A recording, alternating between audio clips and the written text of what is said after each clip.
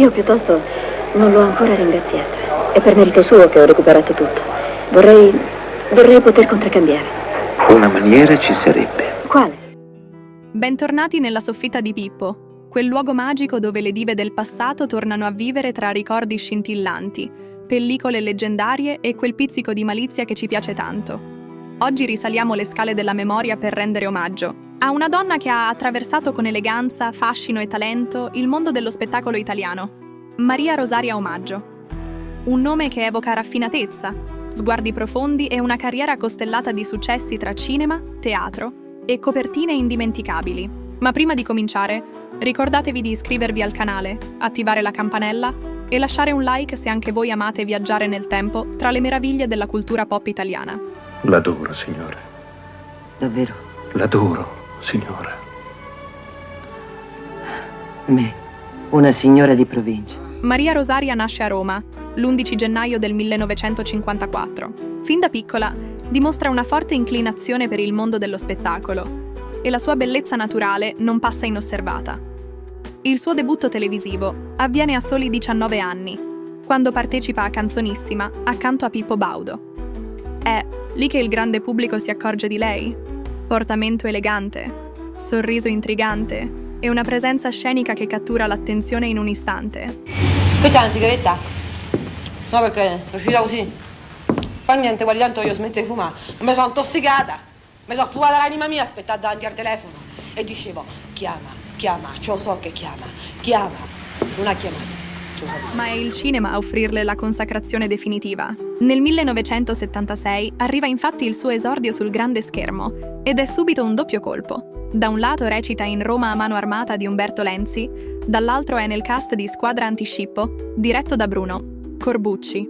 2 film che la inseriscono di diritto nel mondo del poliziottesco, accanto a mostri sacri come Maurizio Merli e Thomas Milian. E se nei thriller la sua figura si muove con sicurezza tra inseguimenti e colpi di scena, è nella commedia più maliziosa che Maria Rosaria Omaggio fa letteralmente impazzire il pubblico italiano. Sempre nello stesso anno appare in La segretaria, Privata di mio padre, di Mariano Laurenti, pellicola leggera e audace dove la sua sensualità emerge con naturalezza e classe. Da lì in poi diventa una presenza fissa nel cinema italiano di quegli anni, con ruoli che la vedono protagonista in storie a metà strada tra l'erotismo suggerito e la commedia brillante. Film come La moglie dell'amico è sempre più buona e Culo e camicia le permettono di mostrare il suo lato più provocante, senza mai scadere nel banale. Anche quando recita in un horror teso e visionario come Incubo sulla città contaminata, la sua presenza mantiene sempre quell'aura affascinante e misteriosa che la rende unica. Eppure Maria Rosaria non è mai stata solo un volto da grande schermo. Negli anni 80 e 90 si afferma anche come attrice teatrale, con interpretazioni intense e rigorose, lavorando su testi classici e contemporanei con lo stesso impegno e la stessa grazia. Il suo amore per la cultura la porta anche a scrivere e dirigere, realizzando spettacoli importanti come Il balcone di Golda, dedicato alla figura di Golda Meir.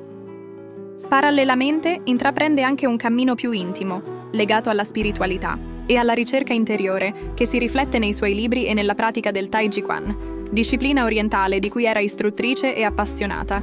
Ma non possiamo parlare di lei senza citare le sue celebri apparizioni su riviste che hanno fatto sognare intere generazioni. Maria Rosaria ha posato per Playboy Italia per ben 3 volte, conquistando le copertine di maggio 1976, luglio 1980 e novembre 1982. E ha incantato anche i lettori di Playman nel febbraio del 1985. I suoi scatti, mai volgari, sapevano esaltare la sua femminilità con eleganza e naturalezza. In un'intervista dichiarò con serenità: «Sono molto credente e anche se ho posato nuda, non mi sono mai sentita in peccato». Parole che raccontano tutta la consapevolezza di una donna moderna, fiera della propria immagine e mai prigioniera del giudizio altrui. Negli anni 2000, Maria Rosaria torna a far parlare di sé interpretando Oriana Fallaci nel film Walesa, l'uomo della speranza, del regista polacco Andrzej Wajda. Una prova intensa e toccante che le vale il premio. Pasinetti ha alla Mostra del Cinema di Venezia e l'anno dopo il premio Oriana Fallaci. È una consacrazione artistica che arriva tardi, ma che dimostra, se ce ne fosse stato bisogno, la profondità e la forza del suo talento. Oltre all'impegno artistico, Ha portato avanti anche un'attività civile di grande valore, diventando ambasciatrice per l'Unicef Italia, mettendosi al servizio dei diritti dell'infanzia e delle donne. Per lei, essere artista significava anche dare voce a chi non l'aveva, con coraggio e dolcezza insieme. Purtroppo, il 30 giugno del 2024, Maria Rosaria Omaggio si è spenta a Roma, all'età di 70 anni, dopo una lunga malattia affrontata con discrezione e dignità. I funerali si sono svolti nella Basilica di San Giuseppe al Trionfale e, secondo il suo desiderio, le sue ceneri sono state sparse nel mare di Ostia, luogo a cui era profondamente legata. Una scelta poetica, delicata, come il suo spirito. La sua scomparsa ha lasciato un vuoto nel cuore di chi l'ha amata, ammirata, seguita sul palco o al cinema.